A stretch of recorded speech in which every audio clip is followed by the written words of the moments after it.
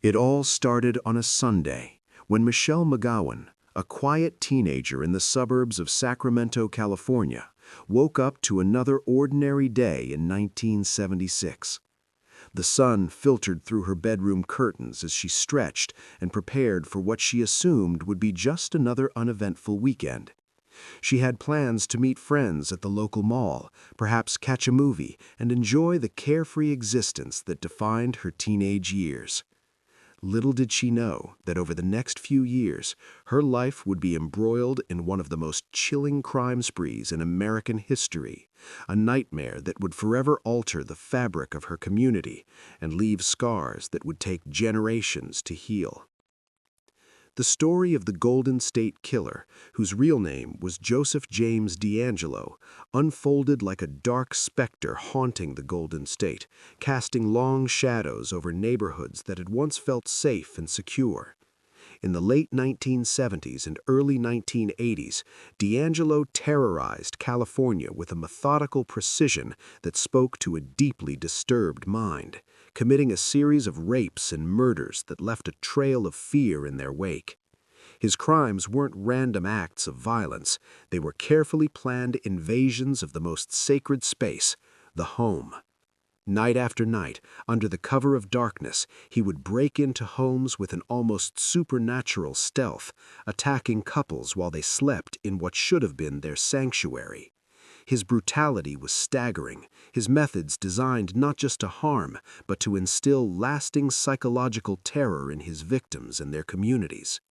The murders of the McGowan family in 1978, where both parents were slain in their own bedroom while their children slept nearby, sent shockwaves through the community that reverberated for years to come.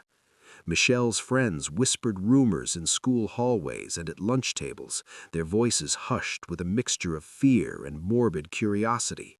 And parents locked their doors tighter, installed new security systems, and began sleeping with weapons within reach. The sense of safety that had defined suburban California life evaporated overnight, replaced by a pervasive anxiety that colored every interaction and decision.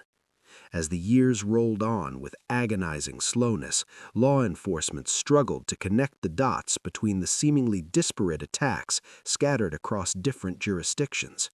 DeAngelo seemed to slip through the fingers of the police with an ease that bordered on the supernatural, leaving only a few clues behind, a distinctive calling card of terror and psychological warfare that included taunting phone calls to victims and a pattern of behavior that suggested he was watching, always watching. While the public urged more action, demanding answers and protection from their elected officials and police departments, a tired system, bound by the limitations of the time, hampered by jurisdictional boundaries and primitive forensic technology, could only watch helplessly as the horrific incidents piled up like bodies in a morgue. Task forces were formed and dissolved, leads were followed to dead ends, and the cases grew cold, despite the best efforts of dedicated investigators who refused to let the victims be forgotten. In 1986, DeAngelo's reign of terror seemingly dissipated as suddenly and mysteriously as it had begun. He vanished from the scene like smoke dissipating in the wind, leaving investigators baffled and victims' families without closure, leading many to believe he had moved on to another state, had been incarcerated for unrelated crimes, or had perhaps even died. Investigators, exhausted and demoralized by years of fruitless pursuit, reluctantly considered him just another ghost in their unsolved files, another monster who had gotten away. However, the fear he instilled lingered like a dark cloud over the Californian landscape, affecting how people lived their daily lives, where they chose to live, and how they raised their children in a world that suddenly seemed far more dangerous than they had ever imagined. Fast forward nearly 40 decades to April 2018, when the nightmare came crashing back to life with the force of a freight train. After years of painstaking investigation that never truly stopped, with detectives who refused to give up on the victims they'd never met, law enforcement used advanced DNA technology and genealogical databases to finally unearth the identity of the killer who had haunted California for so long. Joseph James DeAngelo, a former police officer with a disturbing history of anger, violence, and a dismissal from the force for shoplifting, was arrested in his own neighborhood on a quiet residential street in Citrus Heights. The man who had eluded capture for so long, who had lived a seemingly normal life complete with family and neighbors who never suspected a thing, was finally unmasked.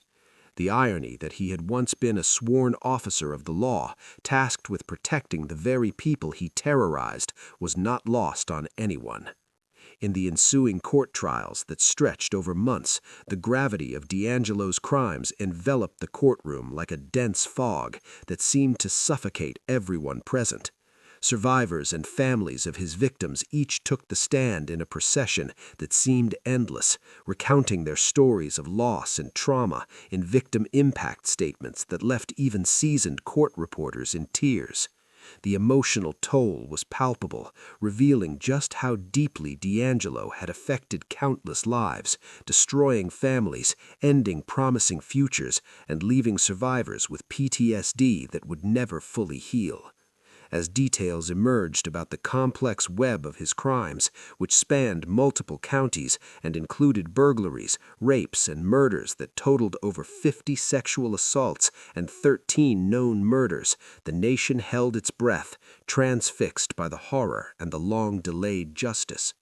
One survivor, Jane Carson, who had been attacked in her own home in 1976 when she was just a young woman starting her life, faced DeAngelo in court with a courage that inspired everyone in attendance, revealing her trauma for all to see without shame or hesitation.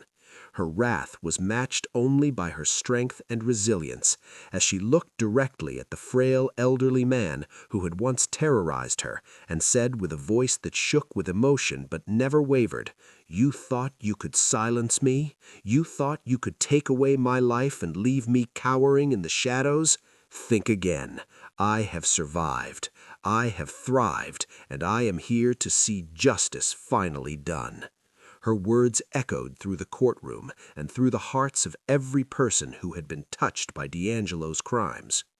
The trials brought forth not just justice, but also a harsh reminder of the urgent need for advancements in forensic science, better communication between law enforcement agencies, and reforms in the criminal justice system that had failed so many for so long.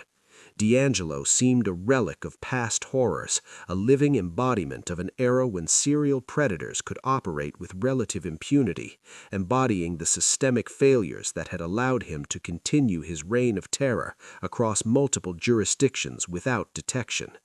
The case became a catalyst for change, spurring investment in cold case investigations and the use of genetic genealogy in criminal investigations, though these advances came too late for many of his victims. On June 29, 2020, Joseph James DeAngelo pled guilty to 13 counts of first-degree murder and 13 counts of kidnapping for robbery in a plea deal that spared him the death penalty, but ensured he would spend the rest of his natural life in prison without any possibility of parole. The courtroom erupted in applause as justice prevailed after years of fear and sorrow, with victims' family members embracing each other and investigators who had worked the case for decades finally able to close the files they had carried with them throughout their careers. The community found solace in knowing that they had finally brought closure to a dark chapter in their history, though they recognized that the wounds would never fully heal and the lives lost could never be replaced. The Golden State Killer story is not just that of a criminal who terrorized a state and eluded justice for decades. It's a testament to resilience, community, and the relentless pursuit of justice by investigators who never gave up and victims who refused to remain silent. It serves as a reminder that even in the darkest times, when evil seems to triumph and hope appears lost, hope persists in the hearts of those who seek truth, and truth will eventually rise from the ashes like a phoenix, bringing with it the justice that was so long denied.